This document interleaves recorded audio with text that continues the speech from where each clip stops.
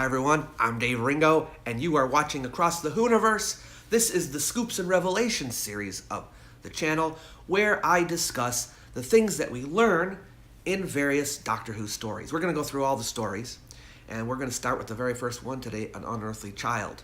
What we're going to be looking for in this series specifically is what we learn about the Doctor Who universe and about the Doctor's personal history. So, what can we learn in one episode? That's all we're looking at, is just one episode, An Unearthly Child.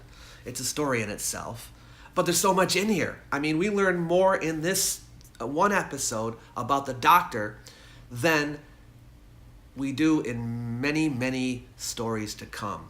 It isn't until we get into season 6 that we're actually going to learn a bunch more. But let's start. So one of the things we learn is about the Doctor and his granddaughter. Ian says that Susan is 15 years old. Is she really 15 years old? Well, we're going to learn down the line in Marco Polo that she is indeed 15 years old, so the age is correct. She and her grandfather are said to be exiles and wanderers in the fourth dimension, which of course means time. The Doctor says this. He says, "Susan and I are cut off from our own planet without friends or protection, but one day we shall get back. Yes, one day, one day." We're not told, however, how they became exiles or why they can't get back. Well, actually, I think the reason why they can't get back to their planet is because the TARDIS doesn't work very well, but it sounds like they don't want to go back, or it's not appropriate yet for them to go back to their planet. We don't know what time period they come from or the name of the planet. We won't know the name of the planet for quite some time. There was, in the original version of this, the first one that was shot, and never edited, sometimes called the pilot, where Susan says that she and the Doctor are from the 49th century, but we don't, because that wasn't in the final version, we can't say that that's true, unless we thought of it as like, oh, well, they're censoring it, and they really are from the 49th century, but that idea generally seems to have been discarded. But certainly the fact that the Doctor says that he merely tolerates this century suggests that he is not from this century. So we can at least say that they came from a time other than the one that they're currently in. Nothing at this point is said about how the TARDIS was made or who made it, but Susan says that she made up the initials TARDIS, TARDIS, from time and relative dimension in space. But, we're going to find out later in the series that the Doctor starts calling it time and relative dimensions in space, so which one is it? But it's interesting that Susan says she made that up.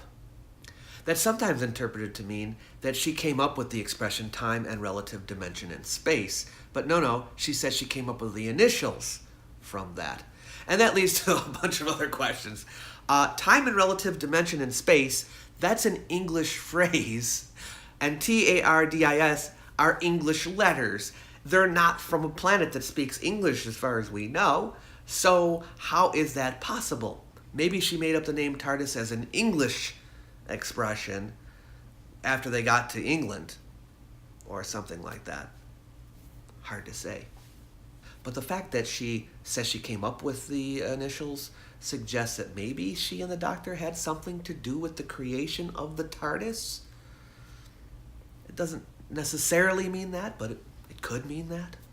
Oh, Susan also reveals a bit of mathematical knowledge from her planet, because she talks about time and space being the fourth and fifth dimensions. So in the math of their home planet, that's apparently part of the calculations.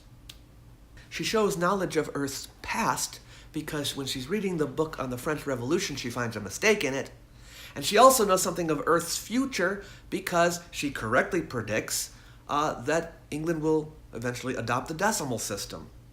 By the way, that was an actual accurate prediction from the show's writer, Anthony Coburn, I assume. She tells her teachers that she has been in that time, 1963, we're told, for 5 months. That's not that long, actually. But that's how long she and the Doctor have been there.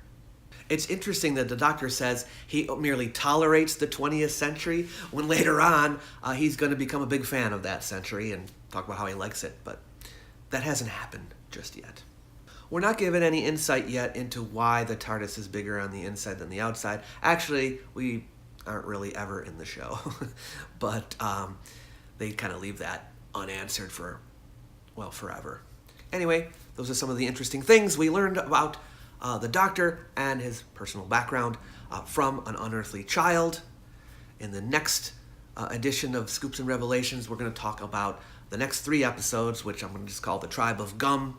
3 episodes about the Doctor and his traveling companions going back to the prehistoric era. So I'll see you then. Until then, safe travels in time and space.